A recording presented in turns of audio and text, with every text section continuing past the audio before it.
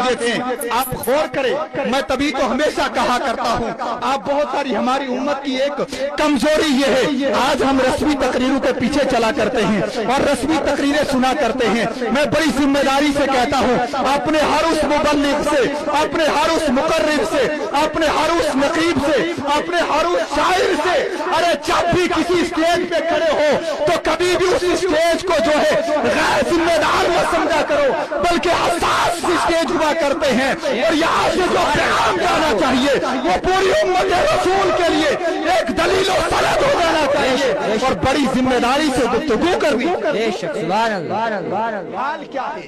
آج ہم کسی کو مفکر اسلام کا لقب دے دیتے ہیں، مفکر علم و فن کا لقب دے دیتے ہیں، جنہیں صحیح سے قرآن پڑھنا نہیں آتا ہے۔ بہت سارے ثبوت ہمارے پاس ایسے ہیں، مفکر اسلام ہو، مفکر جو علم و فن ہو، جن کی حال کیا ہے، اللہ اکبر کبیرہ، قرآن بھی غلط پڑھتے ہوئے نظر آتے ہیں، احادیث مبارکہ کا ترجمہ غلط کرتے ہوئے نظر آتے ہیں، عبارتوں کو صحیح سے ترجمہ کرنا جو ہے سمجھ میں نہیں آتا ہے۔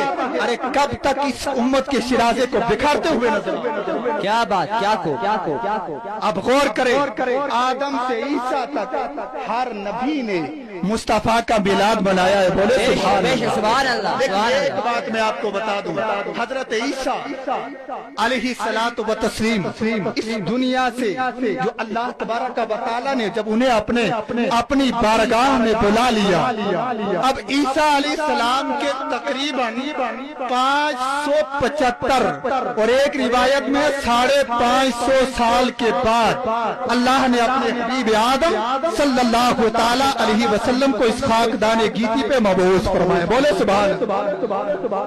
جبکہ آپ جانتے ہیں کہ ہر نبی کی آمد کا مقصد امت کی اصلاح ہے، بولے سبحان اللہ، امت کی ہدایت یہ مقصد ہے۔ جب بھی امت کا شرازہ بکھرا، جب بھی قوم میں فتنہ و فساد نے جنم لیا، جب بھی اس خاکدان گیتی پر فتنوں نے جنم لیا، تو ہر ایک فتنے کے خاتمے کے لیے اللہ نے اپنے کسی پیغمبر کو مبعوث کیا یا اپنے کسی رسول کو مبعوث کیا، اور اس پیغمبر کو کتاب دی، اور اس کتاب کے ذریعے اللہ کے اس پیغمبر نے جو ہے اس پورے فتنہ و فساد کو ختم کر دیا۔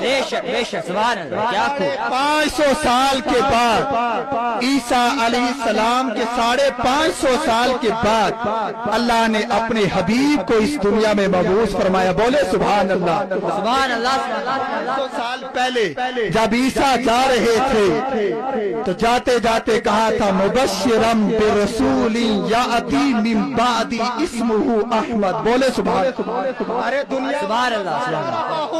لیکن ایک بشارت دے کے جاؤں گا، وہ بشارت کیا تھی؟ وہ بشارت آمد مصطفیٰ تھی، بولے سبحان اللہ۔ جس نبی کا جلسہ آج تم منا رہے ہو، اس نبی کی آمد کی بشارت، ارے مصطفیٰ کی آمد سے 550 برس پہلے اللہ کے جلیل القدر پیغمبر حضرت عیسیٰ روح اللہ نے دی، مبشرم برسول یاتی من بعد اسمہ احمد۔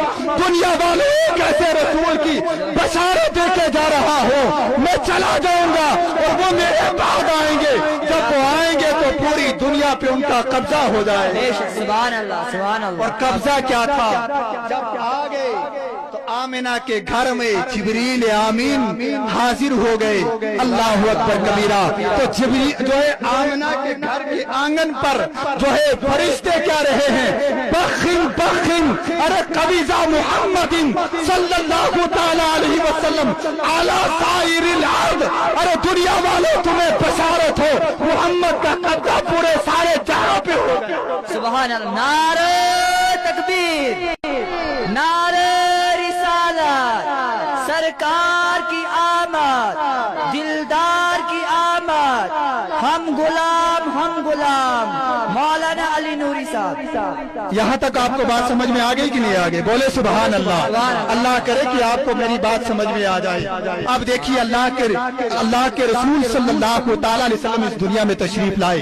دیکھیے ایک بہت بڑا وسیع موضوع ہے، علماء کرام جانتے ہیں اور بہت پڑھے لکھے سماجی حضرات یہاں پہ موجود ہیں۔ اب آپ اندازہ لگائی، ایک ہے کیا خلقت محمدی، بولے سبحان اللہ، اور ایک ہوتا ہے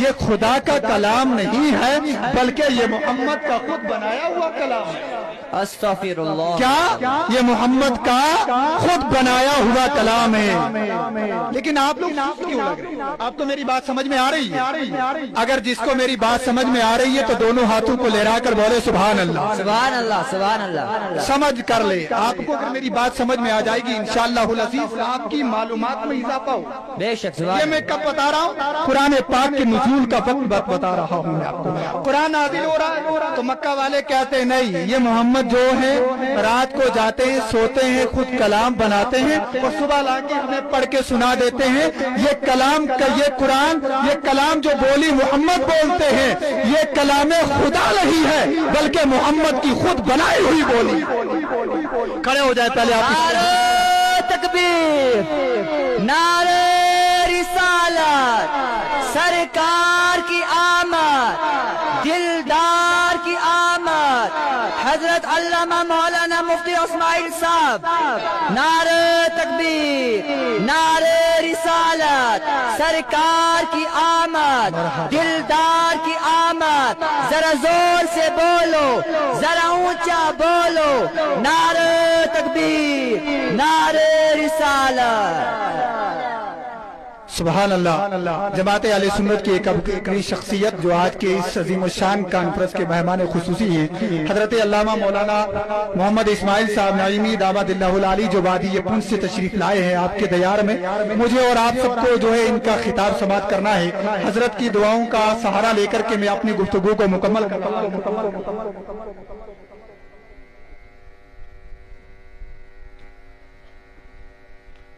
بہت تیزی سے میں آگے بڑھوں گا، بولے سبحان اللہ۔ میں کیا عرض کر رہا تھا کہ یہ قرآن کے ابتدائی وقت میں آپ کو بتا رہا ہوں، جب قرآن نازل ہو رہا تھا تو مکہ والے یہ کہتے تھے کہ یہ جو محمد بولی بولتے ہیں یہ محمد کی خود کی بنائی ہوئی بولی ہے، خود کا بنایا ہوا کلام ہے۔ یہ محمد یہ جو قرآن پڑھتے ہیں یہ خدا کا قرآن نہیں ہے بلکہ محمد کا خود کا بنایا ہوا قرآن ہے۔ تو اللہ تبارک و تعالیٰ نے ارشاد فرمایا کہ تم کہتے ہو کہ یہ محمد کے خود بنایا ہوا کلام ہے۔ اگر یہ واقعی محمد کا خود بنایا ہوا کلام ہے تو میرا محمد کہیں اور سے نہیں آیا بلکہ تمہاری ہی جن سے ہے، اسی مکے میں پیدا ہوا ہے، تمہاری قوم کا ایک فرد ہے اور 40 سال تم میں رہا ہے۔ اگر محمد ایسا کلام بنا سکتا ہے تو تم بھی تو ایسا کلام بنا سکتے ہو۔ لاؤ کوئی ایسا کلام جو محمد کے کلام جیسا۔ اب قرآن نے 3 چیلنج کیے، اگر آپ اجازت دیں تو میں 3 چیلنج آپ کے سامنے پیش کر دوں۔ قرآن نے 3 چیلنج کیے تھے اس وقت کے کفار کے سامنے۔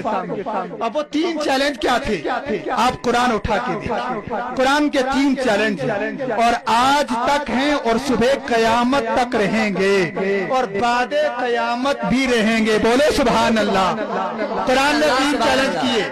قل لا ان اجتمعت الجن والانس علی ان یأتوا بمثل هذا القرآن لا یأتون بمثلہ ولو کان بعضهم لبعض ظہیرا۔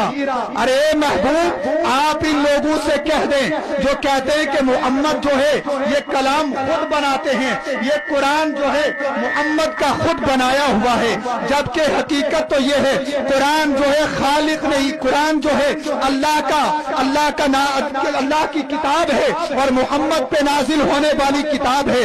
اگر یہ کہتے ہیں کہ یہ محمد کی خود کی بولی ہے تو آپ ان سے کہہ دیں قل لا ان اجتمعت الجن والانس، محبوب آپ فرما دیں ارے اس کائنات عالم میں اس زمین کے اندر جتنے بھی جن ہیں اور جتنے بھی انسان ہیں یہ سب آپ ایک جگہ جمع ہو جائے اور قرآن کی مثل لے کے آئے۔ پھر قرآن آپ قرآن کی مثل لے کے آئے، اعلیٰ یاتوا بمثل ھذا القرآن۔ ارے اس بات پہ جمع ہو کہ قرآن جیسا کوئی قرآن لائے، قرآن کی عبارت جیسی کوئی عبارت لائے، قرآن کی سورت جیسی کوئی سورت لائے، قرآن کی آیت جیسی کوئی آیت لائے، قرآن کے حرف جیسا کوئی حرف لائے۔ آگے اللہ رب العزت ارے ان کی تردید خود فرما رہا ہے لا یاتون بمثلہ ولو کان بعضهم لبعض ظہیرا۔ میرے حبیب یہ قرآن کی مثل نہیں لا سکتے ہیں اگرچہ یہ سب اپنے مددگاروں کو ایک ساتھ جمع کر۔ بے شک سبحان اللہ کہ قرآن کی کیا مثال خوب نہیں لا سکتے. قرآن تو بہت دور کی بات ہے. اللہ فرماتا ہے کہ نہیں قرآن تو دور کی بات ہے. قرآن میں تقریباً جو ہے 30 پارے ہیں, 114 سورتیں ہیں, بہت بڑی کتاب ہے. دور کی بات. جاؤ ان سے کہو کہ قرآن کی 10 سورتوں کی طرح کوئی سورت تو لے آؤ. اللہ فرماتا ہے فاتو بیاشری سواری مثلی مفتریات. ارے جاؤ, یہ بھی میرا چیلنج ہے, قرآن کی 10 سورتوں کی طرح ارے من گڑت والی کوئی سورت بنا کے لے آؤ. اس کے بعد میرا پروردگار فرماتا ہے جب تم قرآن بھی نہیں لا پائے, 10 سورتیں بھی نہیں لا پائے, تو تیسرا چیلنج میرا یہ ہے وَإِن كُنتُمْ فِي رَيْبٍ مِّمَّا نَزَّلْنَا عَلَىٰ عَبْدِنَا فَأْتُوا بِسُورَةٍ مِّن مِّثْلِهِ وَادْعُوا شُهَدَاءَكُم مِّن دُونِ اللَّهِ إِن كُنتُمْ صَادِقِينَ. میرے حبیب ان سے کہو اگر تم میری نازل کی ہوئی کتاب یعنی قرآن کے اوپر شک کرتے ہو کہ ہم اس کی برابر لا سکتے ہیں تو اپنے سارے مددگاروں کو بلاؤ, وہ قرآن کی ایک آیت کے برابر لے آئے اگر تم سچے. بے شک کیا خوب نزول تھا. ارے اس وقت میں قرآن نازل ہوا جو دور لبید بھی تھا, دور لبید بھی تھا, دور لبیز بھی تھا, صحبان بن وائل والا دور بھی تھا. عربی شعراء وہاں موجود ہیں, اتنے بڑے بڑے شعراء کی موجودگی میں قرآن نازل ہو رہا ہے. ارے جہاں عرب کے فصاحت و بلاغت کا وہ میدان جو شاہ سوار موجود ہے, قرآن کی ایک آیت کی مثل نہیں لائے. لیکن آپ غور کریں, اللہ اکبر کبیرہ. پھر یہی قرآن جب نازل سبحان اللہ اور قرآن کی جو میں نے خطبے میں آیت پڑھی تھی وہ آیت مقدسہ جب نازل ہوئی اِنَّا آتَيْنَاكَ الْكَوْثَرَ فَصَلِّ لِرَبِّكَ وَانْحَرْ إِنَّ شَانِئَكَ هُوَ الْأَبْتَرُ. تو اس کے بعد میرا حبیب جو ہے اپنے صحابی سے کہتا ہے یہ آیت لے جاؤ اور کعبے کی دیوار سے لٹکا دو. جب کعبے کی دیوار میں اب وہ کعبہ اللہ اکبر کبیرہ جس کعبے کی دیوار پر عشر معلقات, وہ عشر معلقات علماء کرام تشریف فرما ہے. یہ عشر معلقات کیا تھا؟ 10 شعراء جو دور جہالت کے وہ 10 مشہور جو ہے شعراء کرام, ان کے جو ایک قصیدے لکھ کر عرب کی دیوار پہ لگایا جاتا تھا.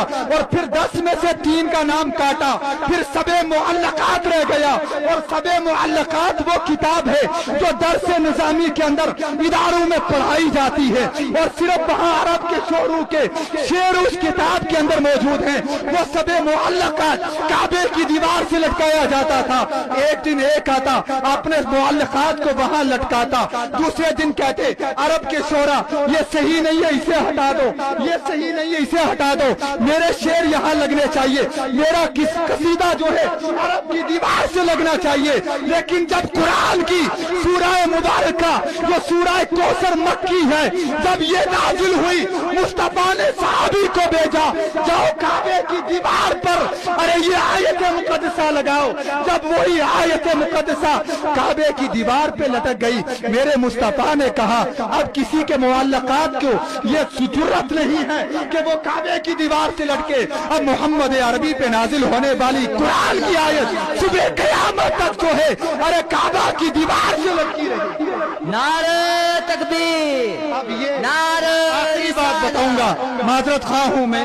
علماء کرام یہاں تشریف فرمائے, ہم تو ہمیشہ آپ کے دیار میں جب بھی موقع ملے گا ملیں گے انشاءاللہ العزیز. آپ سے تفصیلی گفتگو کریں گے. جو میں نے خلقت محمدی کا ایک سفر ولادت رسول تک بتایا ہے, زندگی نے اگر ساتھ دیا انشاءاللہ العزیز قرآن اور احادیث کی روشنی میں تمہیں خلقت محمدی بتایا جائے گا کہ اللہ نے کب خلقت محمدی کو پیدا کیا. لیکن میں جو آخری بات بتا رہا ہوں آپ غور کریں, سورہ کوثر کعبے کی دیوار سے لٹک گئی ہے, سب معلقات کو ہٹا دیا گیا ہے. اب 40 روز گزر گئے ہیں, سورہ کوثر کعبے کی دیوار سے لٹکی ہے. اب کوئی نہیں ہے جو سورہ کوثر کو ہٹا کے اپنے قصیدے کو کعبے کی دیوار سے لگائے. لوگوں نے کہا ارے ہم تو بڑے دعویٰ کرتے تھے کہ قرآن کی مثل لے کے آئیں گے, قرآن کی آیت کے برابر کوئی آیت لے کے آئیں گے,